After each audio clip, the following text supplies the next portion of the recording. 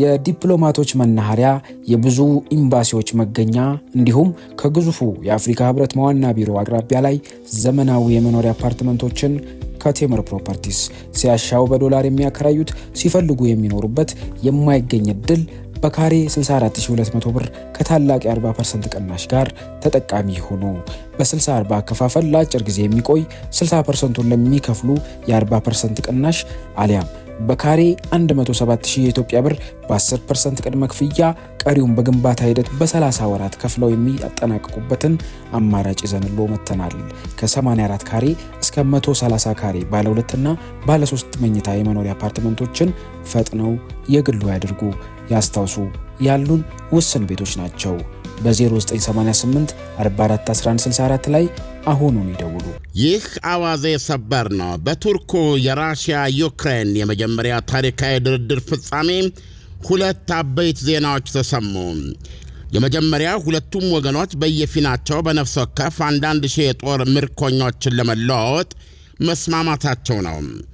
ሁለተኛው ግን የሁለቱ አገራት ቀጥተኛ ድርድር ቀጣይ ፋይዳ የሚወስን ነው። ራሽያ ዩክሬንም አውሮፓም አሜሪካም በግር በፈረስ የፈለጉትን የተኩስ አቁም ስምምነት ግን የማይደረስበት አድርጓል ይላሉ ምንጮች። ራሽያ ለተኩስ አቁሙ ያቀረበችው ክፍያም የአውሮፓውያኑንና የዩክሬንን ጆሮ ጭው አድርጓል ይላሉ። ለ3 ቀናትም ሆነ ለ30 በየብስ በአየርና በባህር የሚጸና ተኩስ ማቆም እንዲስማማ ካስፈለገ ብላለች አሉ ራሽያ። ዩክሬን ከኬርሶን፣ ከዛፖሪዥያ፣ ከዶኔትስክና ከሉሃንስክ ግዛቶች ውስጥ እስካሁን በእጄ ያልገቡትንና በመዳፏ ውስጥ የሚገኙትን ቀሪ ግዛቶች በሰላም ለቃ ትውጣና ታስረክበኝ የሚል ሆኗል። አውሮፓውያኑ ባለፈው ቅዳሜ ራሽያን የተኩስ አቁም ስምምነቱን በ48 ሰዓት ውስጥ እስከ ሰኞ መቀበልሽን አሳውቂን ወይም ለተጨማሪ ማዕቀቦች ጫንቃሽን አዘጋጂ ሲሉም የራሽያን አቋም ክረትና ጥልቀት ምን ያህል የሳቱና ያልገባቸው እንደሆነ የሚያሳይ ነው። የሞስኮ ልዑካን ለኪየቭ አቻዎቻቸው እንቅጩን ካፈረጡላቸው በኋላ የእንግሊዝ፣ የፈረንሳይ፣ የጀርመንና የፖላንድ መሪዎች በስልክ ተገናኝተው አውርተዋል። የስልክ ውይይታቸውም ፕሬዝደንት ዘለንስኪንና የአሜሪካውን ፕሬዝደንት ዶናልድ ትራምፕን እንዲጨምር ማድረግ ችለዋል። ኋላም ከቶም ተቀባይነት የሌለው ሲሉ የሞስኮን አቋም አውግዘዋል። የአውሮፓ መሪዎቹ ከዩክሬኑ ዘለንስኪና ከፕሬዝደንት ትራምፕ ጋር ባደረጉት የጋራ የስልክ ግንኙነት ለሞስኮ መስጠት ስላለብን ምላሽ እያቀናጀን ነው ብለዋል። ይሁንና አደራዳሪዋ ቱርክ እንደ አውሮፓውያኑ ብርጭቆ ግማሹ ባዶ ነው ከሚል ግምገማ በተለየም ግማሹ ሙሉ ነው በሚለው ገንቢ መንፈስ ድርድሩን ለዓለም ሰላም እጅግ አስፈላጊ ቀን ብለዋለች። አደራዳሪው የቱርክ ውጭ ጉዳይ ሚኒስትር ሃካን ፊዳን በኤክስ ገጻቸው ላይ ባሰፈሩት መልእክት በጠንካራ ዲፕሎማሲያዊ ጥረቶች የራሽያና ዩክሬን ልዑካናት በቱርክ አሳላጭነት ኢስታንቡል ውስጥ ስብሰባ አደረጉ ሲሉ ጽፈዋል። ሲቀጥሉም በዚህ ድርድር ስብሰባ ምክንያትም በየፊናቸው አንዱ የሌላውን 1000 እስረኛ ለመልቀቅ ወይም ለመለዋወጥ ተስማምተዋል ሲሉ አክለዋል። ይህም የመተማመን ግንባታ አካል ነው ብለዋል። በተጨማሪም ሁለቱም ወገኖች በየፊናቸው የተኩስ አቁም ስምምነት ለመፈራረም የሚያስችሏቸውን ነጥቦች በጽሑፍ ለማቅረብ ተስማምተዋል ብለዋል። መልሰው ለመገናኘትም እንደዚሁ ተስማምተዋል ሲሉ ጽፈዋል። ዳንኤል እንግዲህ ቅድም ውይይት እንደሚደረግበት የገለጽነው የዩክሬንና የራሽያ ልዑካናት የመጀመሪያ የፊት ለፊት ቀጥተኛ ግንኙነት በሶስተኛ ወገን ሳይሆን እንደዚህ ፊት ለፊት ቱርክ አደራዳሪው ላይ ፊት ለፊት ተገናኝተው መነጋገር የቻሉበት የመጀመሪያው አጋጣሚ ነው። ሁለቱ ሀገሮች በጦርነቱ መጀመር አካባቢ አንድ ወር ወይም 2 ወር አይሞላም በዛ ጊዜ ውስጥ እዚሁ ቱርክ ውስጥ ድርድር እያካሄዱ ነበረ። እንደውም ፕሬዚደንት ቭላዲሚር ፑቲን በተደጋጋሚ እንደገለጹት ማለት ይቻላል ባለፈው በታከር ካርልሰን ከሚባለው ጋዜጠኛም ጋር ደግመውታል። በወቅቱ ራሽያና ዩክሬን የሰላም ስምምነት ደርሰው እንደነበረ በዛ የመጀመሪያ ቀጥተኛ ድርድራቸው። ነገር ግን የእንግሊዙ ቦሪስ የተባሉት የእንግሊዝ ጠቅላይ ሚኒስትር በቀጥታ ወደ ኪየቭ በመብረር ለዩክሬን መንግስት ለፕሬዚዳንት ዘለንስኪ ይህን ስምምነት እሺ እንዳትፈራረሙ በፍጹም አቁሙ፣ ራሽያን ወቅተን ማስወጣት እንችላለን የሚል አቋም እንዳስያዟቸውና ለጦርነቱ አሁን ድረስ መራዘም ብሎም በጦርነቱ ወቅት ለደረሰው እውነቱን ለመናገር በብዙ መቶ ሺዎች የሚቆጠር ህይወት መቁሰል፣ አካለ ስንኩል መሆን እንደዚሁም ደግሞ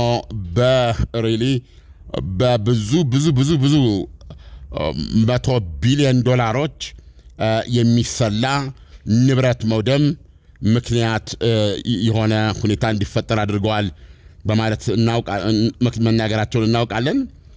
እንግዲህ አሁን ራሽያ ያደረገችውን አቀራረብ ብዙዎች የተረጎሙት የአሁንን ፕሬዚደንት ቭላዲሚር ፑቲን ባለፈው ቅዳሜ እኩለ ሌሊት 7 ሰዓት ላይ ባቀረቡት ሐሳብ መሰረት ዛሬ የተካሄደው የሁለቱ ሀገሮች የመጀመሪያ የፊት ለፊት ድርድር የዛ እንግሊዝ ከአሜሪካ ጋር ተማክራ ያከሸፈችው የዛ የመጀመሪያው የዩክሬን ራሽያ የሰላም ስምምነት የከሸፈ ስምምነት ቀጣይ ድርድር አድርጋ ነው የተመለከተችው ነው የሚሉት። በዛ መሰረት እንግዲህ ሁኔታዎች ምን እንደነበሩ በዜናው ላይ ለመጥቀስ ሞክረናል። ራሽያ ይህ የተኩስ አቁም ስምምነት እጅግ የሚፈለግ እንግዲህ ይህ የአንድ ወር የተኩስ አቁም ስምምነት እንዲደረስ አሜሪካና ዩክሬን ድምጻቸውን ያሰሙት ለመጀመሪያ ጊዜ ሳውዲ አረቢያ በተገናኙበት ጊዜ ነበረ። ከዛን ጊዜ ጀምሮ በተለያየ መንገድ በተለያየ አቀራረብ በተደጋጋሚ የሚወሳው ራሽያን በቅድመ ሁኔታ ሳትቀበለው ቀረች እያልን ብዙ የተናገርንለት የተኩስ አቁም አሁን ተንከባሎ ለዚህ ሰዓት ደርሷል። በዚህ ሰዓት በደረሰበት ጊዜ የዜና ምንጮች እንዳቀረቡት አሁን ደግሞ ራሽያ አዲስ ቅድመ ሁኔታ አድርጋ ያቀረበችው የአንድ ወር የሚጸናውን የተኩስ አቁም ለመቀበል የዩክሬን ጦር ከኬርሶን 30 ወይም 25 በመቶ ግዛት ራሽያ 70 ወይም 75 በመቶን ይዛለች ተብሎ ነው የሚታመነው ወይም የሚገለጸው። ከዶነትስክ እንደዚሁ 30 ወይም 25% ግዛት። እዚህም ላይ ራሽያ ከ70 እስከ 75 በመቶ ግዛቱን ተቆጣጥራለች ነው የሚባለው። እንደገና ደግሞ ዛፖሪጂያ አለ በተመሳሳይ 80% ድረስ ይላሉ። 20 በመቶ ያለው ግዛት በዩክሬን እጅ ነው ማለት ነው። ዶነትስክ እንደዚሁ ቅድም ጠቅሼዋለሁ ከ70 እስከ 75 በመቶ በራሽያ እጅ ሲሆን በዩክሬን ደግሞ ምናልባት ከ20 እስከ 25 በመቶ ሊደርስ የሚችል ግዛት በእጁ አለ። በሉሃንስክ ከ5% በታች የሆነ ግዛት ነው በዩክሬን እጅ ያለው። 95 በመቶ በላይ በራሽያ እጅ ይገኛል።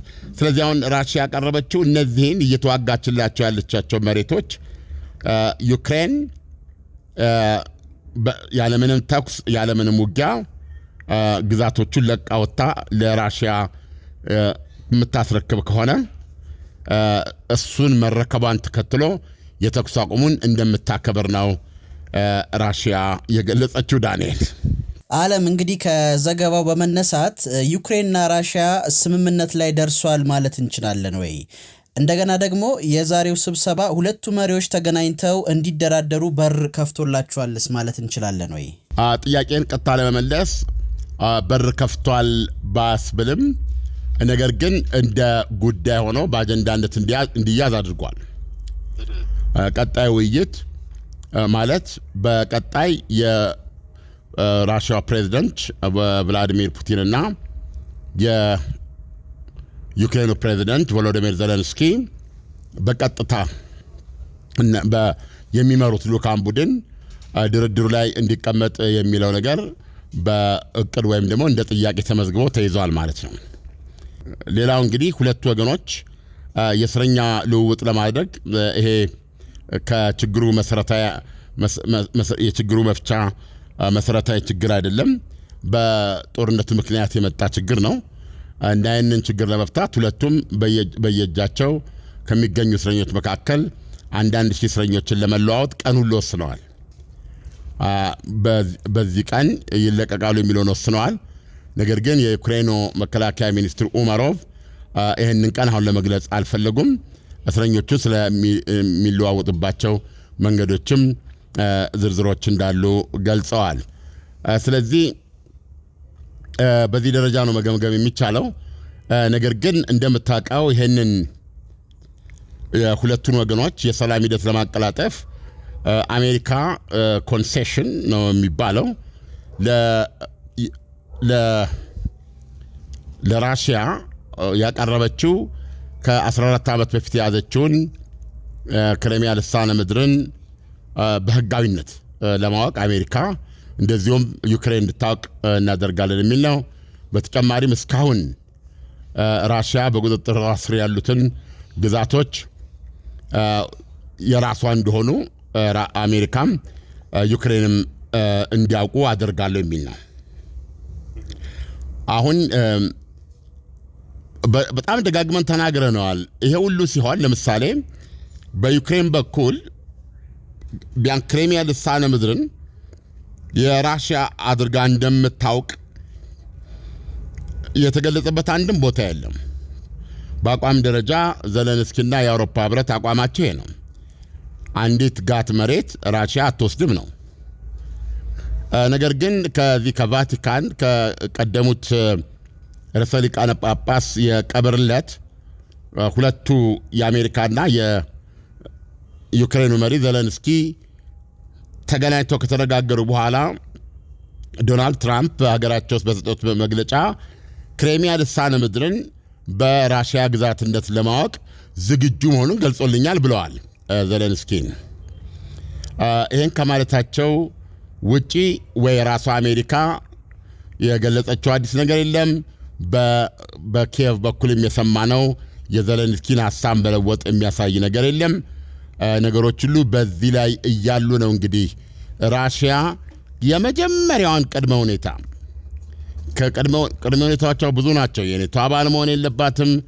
ጦር ኃይሏ ወደ 80 ሺህ እንዲወርድ ነው የምትፈልገው።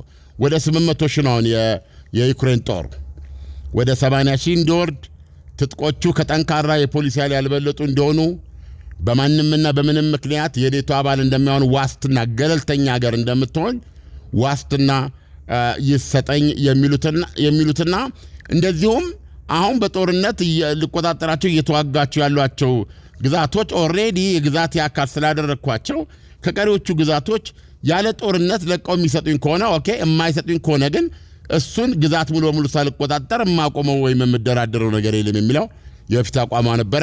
አሁንም እንግዲህ ይህንኑ እንደደገመች ነው እየሰማን ያለ ነው ዳንኤል። ስለዚህ ዓለም በሁለቱ ሀገራት መካከል የተደረገው ድርድር ስኬት አልባ ነው ብለን ልንወስደው እንችላለን ወይንስ ተስፋ ሰጪ ነው ማለት እንቻላል?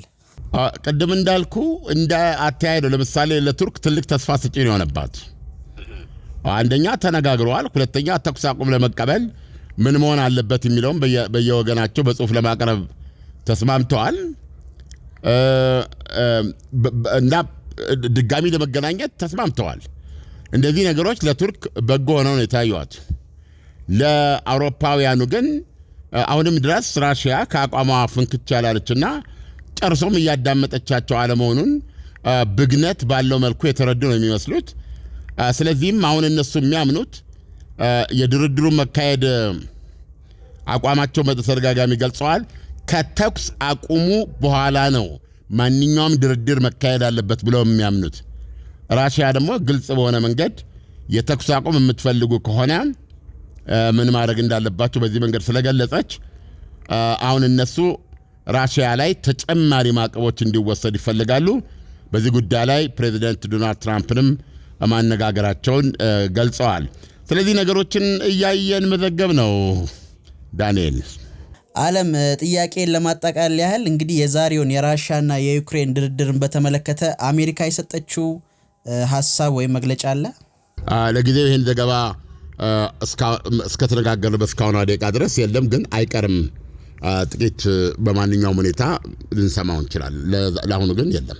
በጣም ጥሩ ዓለም፣ ለትንታኔው አመሰግናለሁ። መልካም ምሽት ይሁንልህ። መልካም ምሽት።